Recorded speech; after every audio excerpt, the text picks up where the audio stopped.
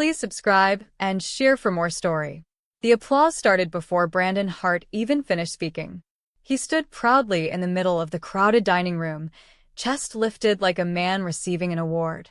So, he announced, tapping his glass loudly, Mom and Dad have decided all 8 of the family's rental houses in Florida will go to me. He paused, grinning. And the youngest gets nothing. Laughter exploded around him. A cousin clapped. Someone whistled. Their mother, Diana Hart, wiped a small tear as if witnessing a beautiful moment. Their father, Gerald Hart, leaned back in his chair looking satisfied, like the decision had been carved in stone. But Selena Hart didn't clap. She didn't laugh. She didn't even blink. She simply watched Brandon's fork stall halfway to his mouth, like he was waiting for applause to fill every corner of the room. When the noise thinned, she finally spoke, a soft smile touching her lips. Dad, she said calmly, before everyone gets too comfortable, there's something you don't know. Her voice cut through the last bits of laughter. A few heads turned. Brandon raised his eyebrows, amused. He didn't know it yet, but the ground beneath him had already begun to shift. Selena grew up in a household where the noise always leaned toward one person, and that person was Brandon. Whenever he entered a room, conversations shifted, chairs angled, and faces lifted, as if a spotlight followed him everywhere. Even during childhood, the script was set. On Brandon's birthdays, balloons hovered over the table and frosting piled thick on cakes. On hers, someone remembered the cake only after clearing away the plates. She understood early that attention in the Hart household wasn't shared. It was directed toward him. In school, teachers mixed up their names, but the corrections always came only after Brandon laughed first. He was charming, loud, effortlessly noticed. She was the quiet one, the girl who finished worksheets early, folded her hands, and waited. When Selena once asked for extra math tutoring, Diana told her money was tight. Yet that same week, Gerald bought Brandon a brand new set of sports gear. Selena didn't argue. She simply folded that moment, like so many before, into silence and moved on. Years passed, but the pattern never shifted. Brandon's stories filled every family gathering, retold as if they were legendary accomplishments. Selena's achievements floated around the edges, barely catching anyone's attention. Responsible, her parents said about her. Independent. Low maintenance. Words offered as compliments but used like excuses, substitutes for real praise. Even when she was accepted into an out-of-state university on a full scholarship, Gerald didn't hug her. He didn't congratulate her. He just said, well, someone has to leave Florida eventually, as if her achievement were a logistical convenience rather than something to celebrate. Diana chimed in with, it's practical. This way, you won't be a burden. Meanwhile, Brandon stayed home and stepped straight into the family rental business as if it were a throne waiting for him. He was praised endlessly for helping, even though his help amounted to depositing rent checks and bragging about being a property manager. Selena left 2 days after her 22nd birthday. She packed her old car, drove north until Florida disappeared behind her, and finally breathed. Atlanta felt like oxygen, clean, open, hers. She rented a tiny apartment, found a job where people actually listened when she spoke, and built a life free from comparison. For the first time, she wasn't living in someone else's shadow. She belonged to herself.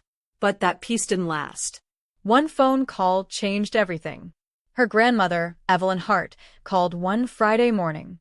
Evelyn lived in St. Pete, in a house filled with sea air and the scent of old paper. She was the only family member who ever looked at Selena without searching for Brandon in the background. Come down this weekend, Evelyn said, her voice soft but firm. There's something we need to discuss. Selena didn't question it. She drove the familiar long highway, arriving to find Evelyn waiting on the screened porch with 2 thick folders stacked neatly beside her. Evelyn didn't waste time. She handed Selena the first folder, payment logs, expense sheets, rent histories. Selena scanned the pages, confusion turning into disbelief. These numbers don't make sense, she murmured. They're not supposed to, Evelyn replied. I gave Brandon access because he said He wanted to learn the business. Turns out he learned something else. Missing rent, repair expenses with no receipts, 18 months of quiet siphoning. Selena felt heat rising in her chest, not anger, clarity. Evelyn handed her the second folder. This one was heavier. Inside were trust documents naming Evelyn as trustee and Selena as the successor. Deeds prepared to transfer full ownership upon Evelyn's signature. No speeches, no guilt. Just quiet justice. They signed everything that Monday. The notary sat across from them beneath a slow-turning ceiling fan, stamping pages while Evelyn maintained her steady, unshakable calm. When the final seal was pressed, Evelyn poured 2 small glasses of bourbon. "Now it's finished," she said. "Remember this, Selena. Paper outlives promises." Selena felt the words settle in her bones. She promised to keep everything quiet, and she did. Evelyn passed away 2 years later. After the funeral, the house felt empty in a way she wasn't prepared for, not silent, but echoing with absence. Selena planned to return to Atlanta the next morning, but Diana called late that night. Her voice was soft in a way that felt rehearsed. "Stay one more day," she said. "We need to talk about the properties." Selena already knew what that meant. The next afternoon, she walked into the Hart dining room, where the table had been arranged like a business meeting, coffee cups lined up, legal pads stacked, Gerald at the head as if presiding over something official. Brandon leaned back, pen tapping arrogantly against his palm. Diana fussed with napkins no one would touch. They were ready to erase her. But they had no idea who she had become. Gerald pushed a sheet of paper toward her. "This is just a simple form," he said. "A waiver. Since Brandon has been handling everything here, it makes sense for him to take full responsibility. This just prevents confusion later." Selena didn't touch the paper. Not yet. Diana stepped in quickly, her smile too tight, too eager. "It's nothing personal, sweetheart. You're building a life in Atlanta. He's here. It keeps things peaceful." Brandon finally spoke, impatience cutting through his confidence. "Come on, Selena. Just sign it. No lawyers, no drama. Let's keep this clean." The room smelled like lemon polish and stale coffee. Selena lifted the paper with 2 fingers. 8 property addresses listed neatly. A signature line waiting for her to erase herself. No one asked her what she wanted. They assumed she'd be silent, accommodating, small, just like always. She slid the paper back across the table. "I'm not signing this." Her voice didn't rise or shake. It simply existed, solid as stone. Gerald frowned. "Don't start," he warned, using the same tone he used when she was a teenager. Diana's eyes glossed. Brandon scoffed. Selena stood, picked up her keys, and walked out without another word. On her way to the door, Brandon muttered, "She'll come around." Selena almost smiled. They truly believed that. She drove back to Atlanta that same night, the highway stretching long and dark before her. When she reached her apartment at dawn, the world outside was quiet, just the hum of early traffic rising from the street. She placed her keys on the counter, walked to her small living room, and reached for the fireproof folder on her shelf. The one Evelyn had trusted her with. She set it on the dining table, the same table where she reviewed contracts for work, but this time the stakes were different. She opened the folder and began laying out the documents, the trust, the deeds, the county seals. 8 properties arranged in a perfect grid across the table.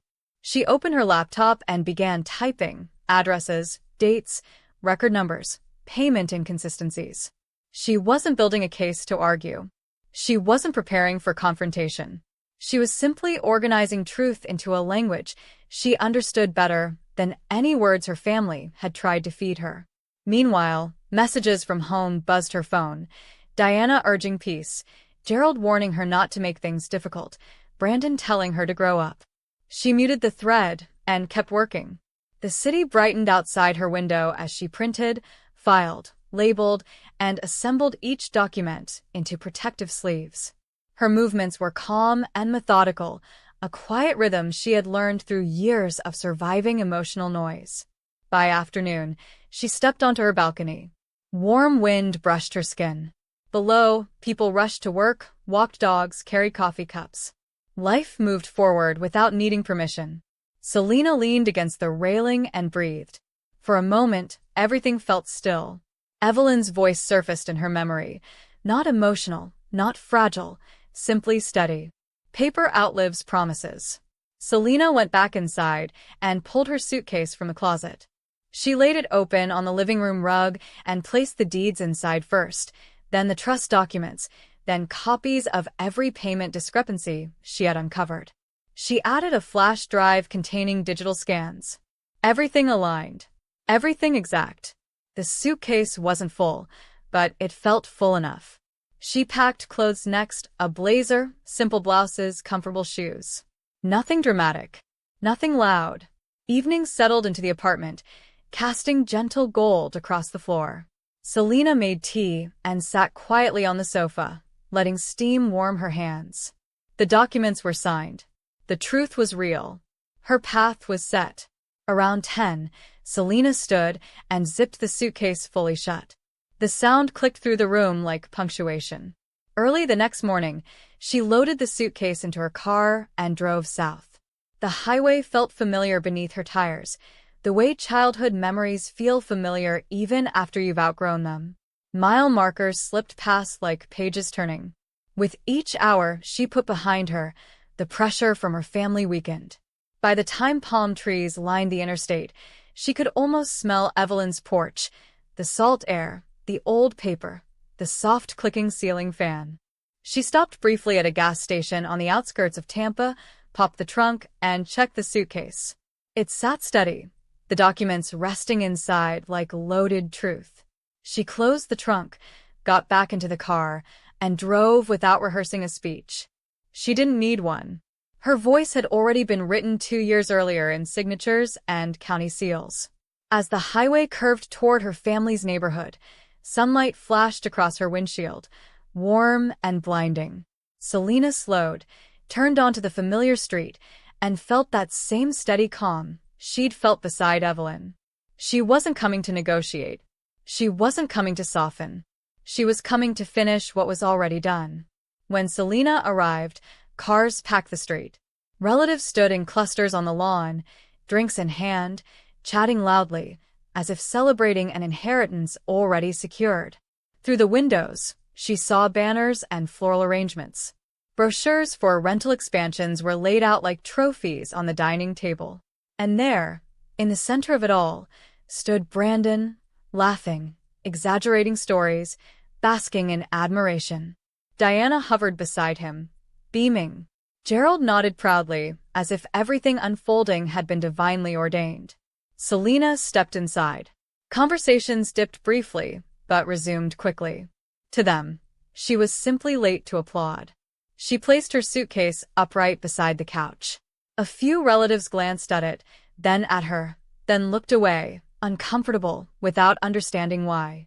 Brandon tapped his glass again, just as he'd done days before, commanding the room like a performer expecting another round of applause. "I just want to thank everyone," he began loudly, "for supporting this next chapter. Mom and Dad have entrusted me with all 8 of our rentals, and I promise." His sentence dissolved under a new sound, the quiet roll of Selena's suitcase across the hardwood. The crowd fell silent. Curiosity replaced celebration. Selena stopped at the center table. She clicked open the suitcase. The metal latches echoed in the stillness. She lifted the lid slowly, intentionally. Inside, the documents rested in neat stacks. She removed the first deed and placed it on the table. Then the second. Then the third. One by one, 8 deeds formed a row. Each stamped. Each recorded. Each signed by Evelyn 2 years earlier. The room shifted. Breaths held, eyes narrowed, whispers fizzing but unspoken. Finally, Selena placed the trust on top. It was thick, unmistakable, final. Gerald stepped closer, color draining slowly from his face. "Selena, what is this?" he asked, voice trembling. She didn't look at him. Instead, she moved aside slightly so the family attorney, invited earlier to celebrate Brandon's new responsibility, could see clearly. The attorney approached, adjusting his glasses as he read. Silence stretched, heavy and waiting. Then he spoke, his voice turning official. "These are recorded," he said. "All 8 properties were transferred into a living trust 2 years ago. And he nodded toward Selena, is the legal successor." A wave rippled through the room. Someone gasped. A glass clinked against a countertop. Brandon's jaw dropped open. "What?" Brandon sputtered, stepping forward. "No, no, no. That's impossible. They were supposed to go to me." The attorney didn't flinch. "They were no longer your grandmother's to give," he replied. "She placed them into a trust before her death. Legally, they belong under her chosen successor, which is Selena." Brandon snatched one of the deeds off the table, flipping through the pages desperately, as if a different ending might suddenly appear. "This is fake. It has to be fake." "It isn't," the attorney said calmly. "I notarized similar documents for Evelyn myself. Everything here is consistent with county records." A cousin near the back whispered, "Oh my God." The room swayed with disbelief. Diana pressed a hand to her mouth. Gerald sank into a chair, looking like the weight of the last decade had finally caught up to him.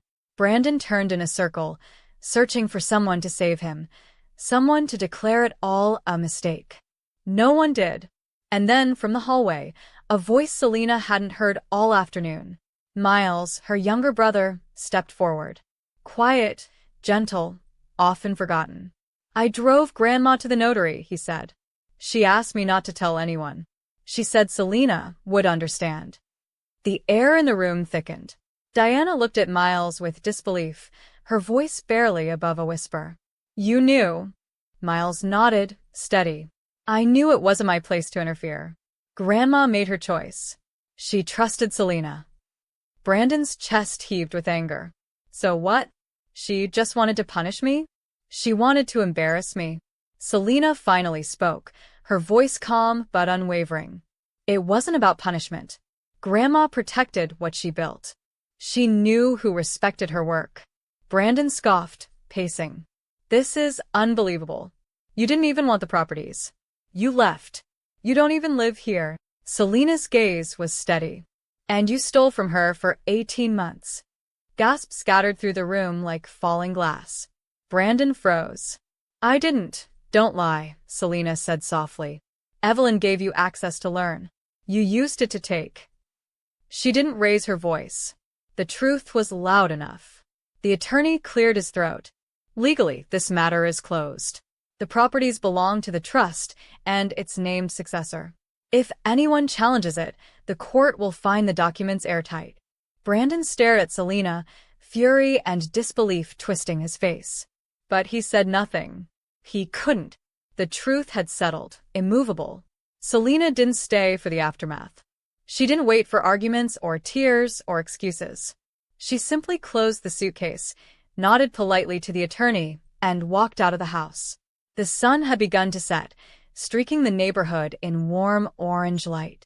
As she stepped onto the driveway, she heard murmurs behind her, confusion, shock, anger simmering like low heat. But none of it touched her. She got into her car, closed the door, and exhaled. The quiet inside the vehicle felt different, not empty, but earned. She pulled out of the neighborhood and onto the main road, leaving the house behind without looking back. The highway welcomed her with long, open stretches. Night drifted in slowly. City lights shimmered along the horizon. Selena drove with steady hands, her thoughts surprisingly still. She didn't replay the confrontation. She didn't worry about what came next. The truth was signed, sealed, recorded. Nothing left for her to argue. By the time she reached the outskirts of Atlanta, dawn touched the sky with pale gray.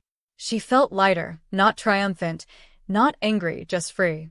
Like a thread had finally been cut after years of being pulled in one direction. When Selena stepped into her apartment, the city was waking. High-rise windows flickered to life. Someone walked a dog across the street. A car horn sounded faintly in the distance. Life moved on, unaware of the storm she had just walked through. She set her suitcase down, opened it, and removed only one thing, the fireproof folder. She placed it on the highest shelf in her living room, far above reach, far from the past. The shelf clicked softly as it settled under the weight. She made coffee and stepped onto the balcony, holding the warm mug between her palms. The morning air brushed gently against her skin. Below, Midtown flowed with energy. People rushing, cars humming, the city breathing steadily. Her phone didn't buzz. No calls. No messages. No demands disguised as family concern. Her silence was finally her own. She sipped her coffee slowly, letting the moment settle. Then she thought of Evelyn. Not her voice, not her warnings, but her eyes the day they signed the documents. Steady. Certain. The eyes of someone who saw her clearly. Evelyn hadn't given her a burden. She'd given her a future. A key. Permission to step out of the shadows and into her own life. Inside the apartment, sunlight crept across the floorboards, warming the quiet space that now felt more like home than ever before. Selena sat on the sofa and let herself breathe. For the first time in years, she didn't feel the weight of someone else's expectations pressing against her ribs. She didn't feel the unspoken comparison to Brandon or the constant reminder that she was meant to be small. That version of her, the one who swallowed disappointments and folded moments into silence, felt distant, like a faint outline she no longer recognized. She whispered into the empty room, "It's done." The words carried no anger, only release. She remembered all the times she'd tried to earn approval that never came. All the birthdays overshadowed. All the accomplishments dismissed. All the noise that had told her she wasn't the important one.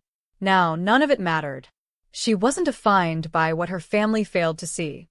She was defined by what she had built on her own, and by the trust Evelyn had placed in her. Her grandmother had rewritten the ending long before Selena even realized she needed one. And now the story finally belonged to her. Later that afternoon, Selena walked to a small cafe down the street. She ordered tea and sat by the window, watching people move in and out of their lives with ease. A couple shared a quiet laugh. A child tugged at her mother's sleeve. A delivery worker balanced 3 boxes stacked to his chin. Ordinary moments, but they felt extraordinary to her because she was finally experiencing her life without emotional static. Her phone buzzed once. A message from Miles. "Proud of you." 2 simple words, but they warmed her chest. She replied, "Thank you," and put the phone away. No other messages came. Not from Diana.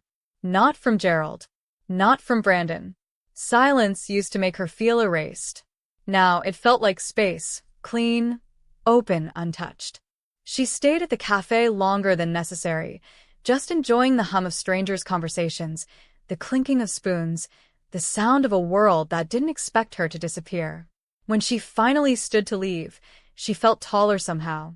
Not physically, but in spirit, like she was standing in the center of her story for the first time. Back at home, Selena opened her laptop and reviewed her work schedule for the week. Meetings, project deadlines, property reports for her firm. Life continuing as usual. She felt grateful for the predictability. Her job had always been a place where people listened, where her ideas mattered. It was the opposite of what she had grown up with, and she valued it deeply. She drafted a quick email to her manager requesting 2 days off. Not because she needed rest from the confrontation, but because she wanted time to settle into this new chapter. She hit send, closed the laptop, and rested her head against the back of the sofa. Her mind drifted to Evelyn again. She pictured the old woman's hands, steady, wrinkled, strong. The way she organized documents with mathematical precision. The way she spoke truth without raising her voice. "You'll know what to do," Evelyn had told her once. And she had. Not by shouting, not by arguing, but by standing quietly in the truth of what had already been written. That was strength, one she hadn't known she possessed until now. The next morning, Selena woke early and took a walk through the neighborhood. It was still quiet, the sun barely rising, the air cool against her skin. She passed joggers, dog walkers, the smell of fresh bread drifting from a bakery. Everything felt softer, clearer. She realized she had spent years bracing herself for impact, every family interaction a place where she had to shrink, adjust, anticipate disappointment. Now, She didn't have to brace for anything. The world didn't tilt toward Brandon anymore. She wasn't living under his shadow. She walked past a small park where children climbed on a jungle gym. A little girl at the top shouted proudly, "Look at me." No one told her she was too much or too loud. Selena smiled, a small ache tugging at her chest. Not sadness, but something like recognition. She whispered, "I see you." And maybe she wasn't speaking to the child. Maybe she was speaking to herself, the girl she once was, who waited for someone to notice, who finally felt seen. Later that day, Selena sat on her balcony again, sipping iced tea as traffic streamed below. She opened the fireproof folder just long enough to glance at the top page of the trust. The details no longer made her heart race.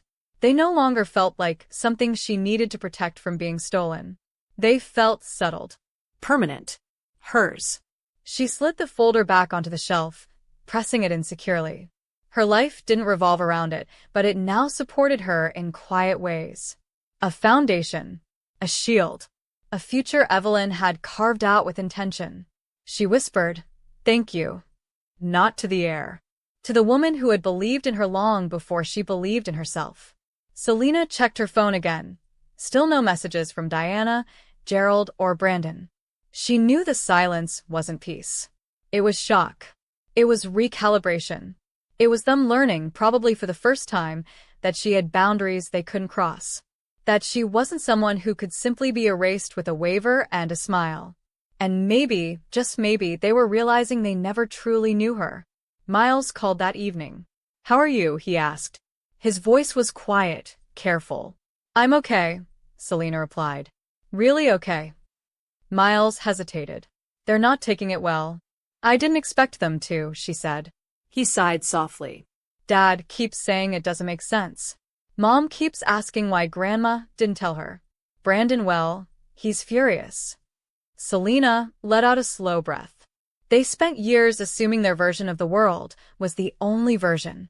Grandma just reminded them it wasn't. Miles didn't speak for a moment. Then he said, "I'm proud of you. I know that wasn't easy." Selena smiled gently. "Thank you for standing beside Grandma. For helping her." "She trusted you," Miles said. "She wanted you to have what you earned." The truth settled warmly in her chest. "I'm glad she wasn't alone when she did it," Selena said. They talked a little longer about life, about work, about quiet things that didn't require armor. When the call ended, Selena felt something she hadn't expected: connection. Not with her parents. Not with Brandon.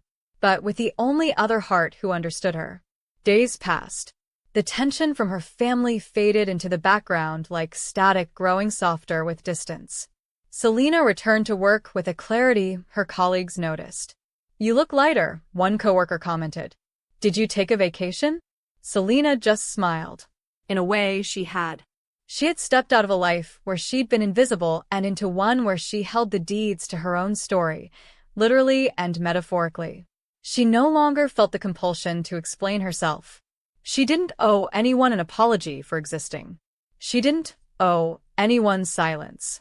During lunch breaks, she found herself daydreaming, not about the properties or the money or the legalities, but about possibility.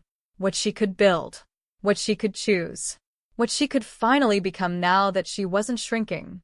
One afternoon, she walked past a real estate seminar poster on a bulletin board. Normally, she would ignore such things. But something tugged at her. A spark. A door she hadn't realized was waiting. She murmured, "Maybe." And that maybe felt powerful. That weekend, Selena attended the seminar. She sat in the back at first, listening quietly. But as the speaker discussed property management, long-term wealth planning, and real estate development, something inside her woke up. She had spent years analyzing numbers at work. She knew how to read documents, how to find inconsistencies, how to organize financial patterns. And now she owned 8 properties. Not by accident, but by intention. By Evelyn's trust. By her own bloodline. A woman seated beside her whispered, "You're taking more notes than the trainer." Selena laughed softly. "I guess I'm used to looking closely at things people overlook." When the seminar ended, she walked out feeling a shift beneath her ribs. Not fear, Not shock, but recognition. She wasn't just the girl who survived her family's imbalance. She wasn't just the quiet daughter. She wasn't even just the owner of 8 rentals. She was someone capable of building something of her own. Something real. Something lasting. For the first time, she didn't feel like she was holding Evelyn's gift. She felt like she was stepping into it. That night, she sat on her balcony again, notebook in hand, city lights glittering below like scattered gold. She wrote ideas, small ones, big ones, wild ones. What if I renovate? What if I start my own management company? What if I grow this? The questions didn't intimidate her. They inspired her. Her whole life, people had told her to stay small, to take up less space, to not expect attention. But the world outside her apartment didn't share those rules. She wasn't a shadow. She wasn't background noise. She had inherited not just properties, but possibility. As she wrote, she whispered, "This is my life now." The words felt like truth settling into her bones. Not loud, not dramatic, just real. She imagined Evelyn on the porch, smiling that quiet, knowing smile. "You'll know what to do," she had said. And now Selena did. The future was not a place she was walking toward timidly. It was a place she was stepping into boldly. In the following weeks, Selena moved forward with gentle certainty. She met with accountants, research contractors, and drafted a plan, not because she needed to prove anything to her family, but because she finally understood the power of choosing herself. Her phone remained silent. No apologies came. No explanations. No attempts to rewrite what had been done. And she didn't need them. She didn't need closure from people who had never opened their hearts to her. She created her own closure by living fully. One morning, standing on her balcony with the sunrise warming her face, she whispered, "I'm not small anymore." The city below pulsed with possibility. Her life was wide and open, no longer pressed into a corner. She felt the steadiness Evelyn once carried, the kind of strength that doesn't shout, but endures. Some truths don't need arguments. They simply stand. And Selena Hart had finally become one of them. Quiet, precise, undeniable. Her story wasn't shaped by what her family withheld.